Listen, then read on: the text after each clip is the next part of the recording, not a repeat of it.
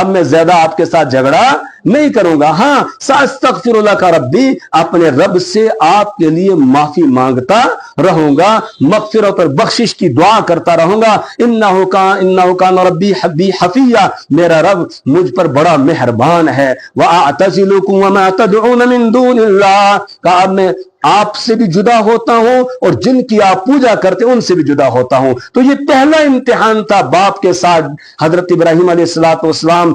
کس طرح پیار سے پیش آتے ہیں اور باپ کتنی سختی کرتا ہے, لیکن حضرت ابراہیم علیہ السلام غصے میں نہیں آتے ہیں, پھر پیار سے بات پہنچاتے ہیں.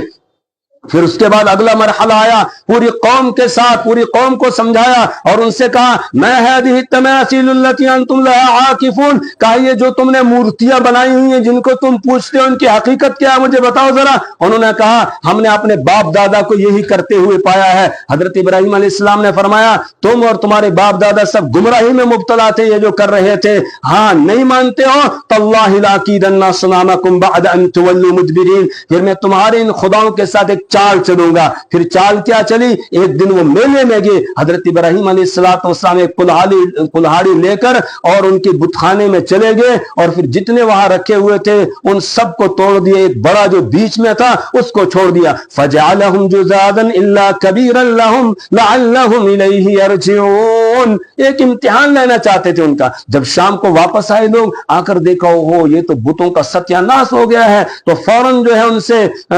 وہ کہنے لگے کہ بھئی یہ ہمارے معبودوں کے ساتھ اس طریقے سے کس نے کیا ہے. تو کہنے لگے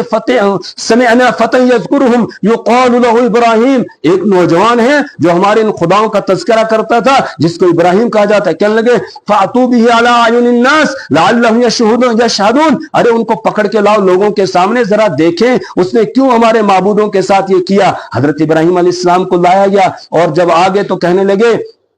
کیا ابراہیم کیا آپ نے ہمارے معبودوں کے ساتھ یہ کیا ہے؟ حضرت ابراہیم علیہ السلام نے جواب دیا بل فعلہ, یہ کیا جس نے کیا ہے کبیرہم ھذا, یہ بڑا تو موجود ہے. فاسألوہم ان کانوا ینطقون, ان سے پوچھو اگر یہ بولتے ہوں. تو اب اپنی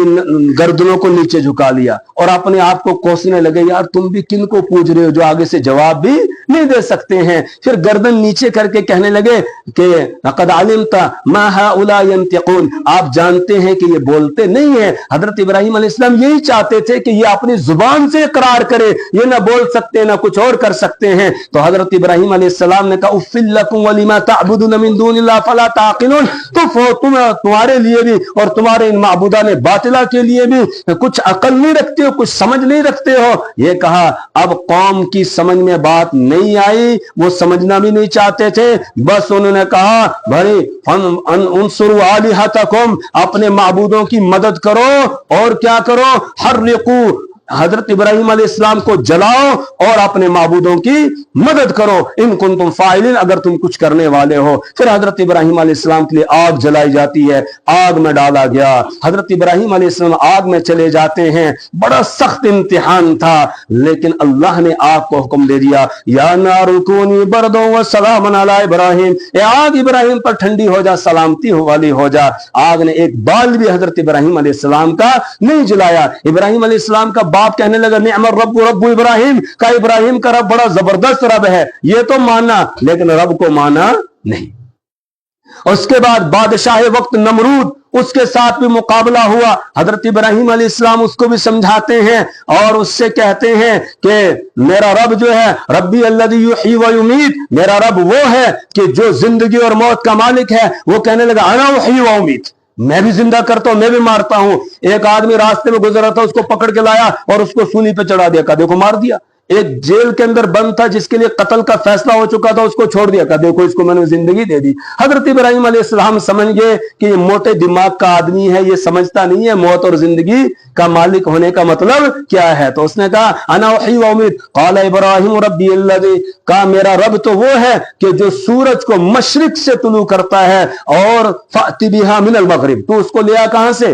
مغرب کی جانب سے کہا اگر تو کچھ طاقت رکھتا ہے میرا رب مشرق سے طلوع کرتا ہے تو مغرب سے نکال کر دکھا فبہت الذی کفر اب لا جواب ہو گیا کوئی جواب اس کے پاس نہیں تھا اب حضرت ابراہیم علیہ السلام نے دیکھا کہ یہ لوگ ماننے والے نہیں ہیں صرف ان کی بیوی حضرت سارہ نے ایمان قبول کیا اور اسی طرح ان کے بھتیجے حضرت لوط علیہ السلام نے ایمان قبول کیا اور کسی نے ایمان قبول نہیں کیا ان دونوں کو لے کر ہجرت کی اور آ کر جو ہے وہ شام کے علاقے میں فلسطین کے علاقے میں وہاں پڑاؤ ڈالا وہاں اللہ تعالیٰ نے ایک بیٹا دے دیا پھر اس بیٹے کے بارے میں حکم ہوا کہ ان کو آپ لے کر مکہ المکرمہ میں تقریباً 1500 کلومیٹر کی دوری پر وہاں پر چھوڑ کر آ جاؤ حضرت اسماعیل علیہ السلام کو ام اسماعیل کو وہاں چھوڑ کر حضرت ابراہیم علیہ السلام آگے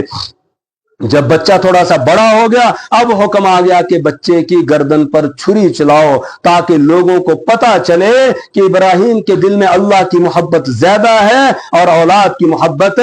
نہیں کم ہے تو حضرت ابراہیم علیہ السلام نے اللہ کے حکم پر بیٹے کے گلے پر چھری چلا دی بیٹے سے بھی کہا کہ اے میرے بیٹے میں نے خواب میں یہ دیکھا ہے اب بتائیے آپ کی کیا رائے ہے تو حضرت ابراہیم علیہ السلام کا بیٹا جو تھا اس نے بھی خون ابراہیمی تھا فوراً جواب دیا یا ابت افعل ما تؤمر ستجدنی انشاءاللہ من الصابرین کہ ابا جان بس آپ کو جو حکم ہے وہ کر گزریے اور اس کے بعد حضرت ابراہیم علیہ السلام نے خواب کو سچا کیا حضرت اسماعیل علیہ السلام کو لٹایا اور چھری چلا دی اب حضرت ابراہیم علیہ السلام چھری چلا رہے ہیں نبوت کا زور لگا رہے ہیں چھری کاٹ نہیں رہی ہے کیونکہ چھری کس کے حکم سے کاٹتی ہے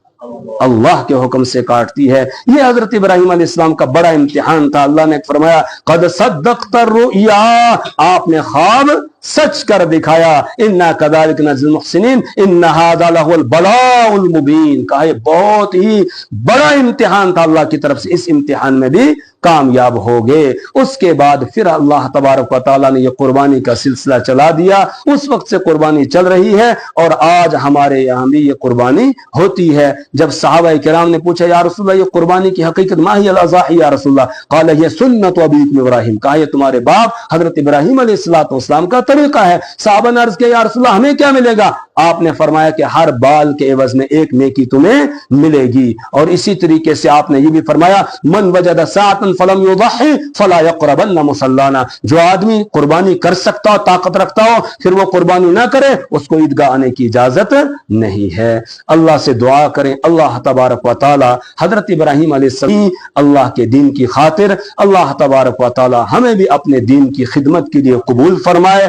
اللہ اعمال صالحہ کی توفیق عطا فرمائے اور ان ایام سے اللہ ہمیں فائدہ اٹھانے کی توفیق عطا فرمائے زیادہ سے زیادہ اعمال صالحہ کی اللہ توفیق عطا فرمائے جو لوگ حج کے لیے گئے ہیں اللہ ان کے حج کو قبول فرمائے آسان فرمائے اور ہمیں بھی اللہ وہاں کی حاضری نصیب فرمائے اور جو گئے ہوئے لوگ ہیں ان کی نیک دعاؤں میں اللہ ہمیں شامل فرمائے سبحان اللہ و بحمدہ